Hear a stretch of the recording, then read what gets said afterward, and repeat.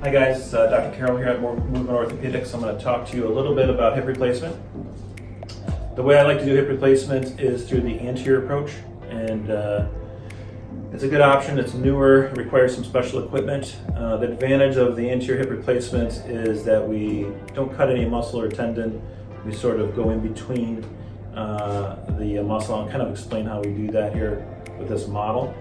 So I'll take the plastic piece off here. That represents your skin. And typically for the anterior approach, we're going through the front of your hip here rather than the side or the back, which is the normal way to do it in the past. The anterior hip replacement kind of looks like this. We separate muscle just like this without removing it. We get access to the hip joint through the front of the hip without cutting anything. At the surgical suite, we'll take out your old ball and socket and we'll put the new ball and socket in, just like this.